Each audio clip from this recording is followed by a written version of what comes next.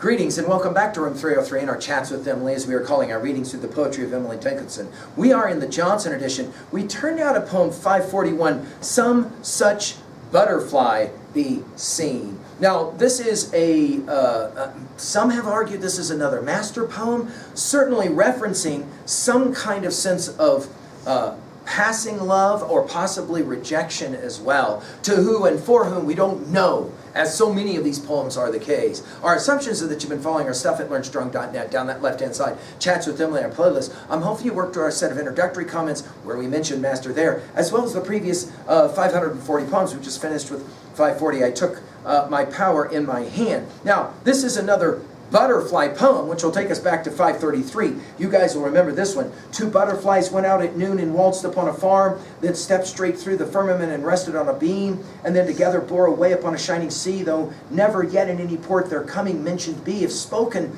by the distant bird, if met in either sea, by frigate or by merchantman, no notice was to me. This idea of the butterfly as being representative for Emily of so much. I mean, think of it.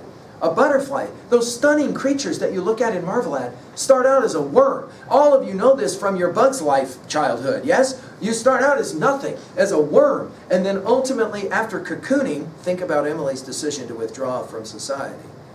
You come out of the cocoon as this majestic butterfly, right? That everyone looks at with envy, stunned by the beauty of a worm before it became the butterfly, right?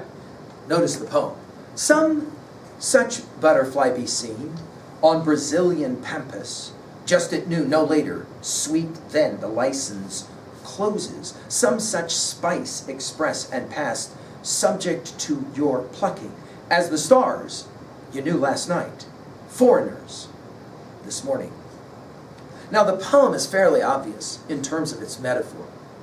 There are experiences we have which then kind of go away. And we start out very close to the experience, and somehow we're foreign to it by the morning time.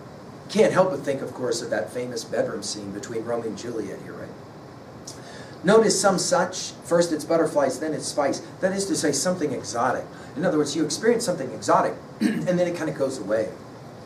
Some such butterfly be seen on Brazilian pampas. The only other time she uses Brazilian or references it is in poem 574.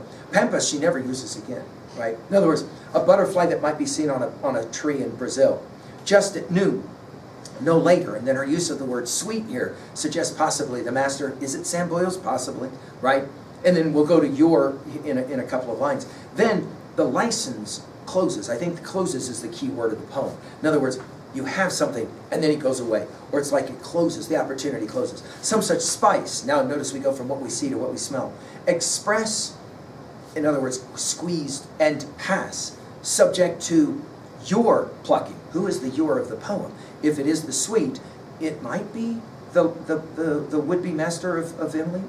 Notice the word plucking, and then the simile to finish. As the stars you knew last night, foreigners this morning. In other words, everything that you thought you understood has now been somehow misunderstood, undone. And I think that's the point of 2a. The message here is it is hard to feel neglected. It's hard to feel like you know something, you're assured of something, and then all of a sudden you don't know it anymore. It's kind of gone. Maybe even you feel neglected. At 2b, the exotic language, I think, of this poem, think of it, Brazilian pampas, for example. At 3a, think of Hamlet's Ophelia, who is so certain that Hamlet is into her, but by the end of it, she'll say, I thought you loved me, but apparently you didn't love me. All of us that have had relationships that went sideways, NASCAR wrecked bad sideways, know this sense of, I thought I understood the stars, and now they all seem kind of foreign to me in some bizarre way. Finally, at 3b, to own a poem like this, what was a time when you felt neglected in this way? Or like you had an experience, but then you lost the experience, and everything seemed foreign all of a sudden. Thank you.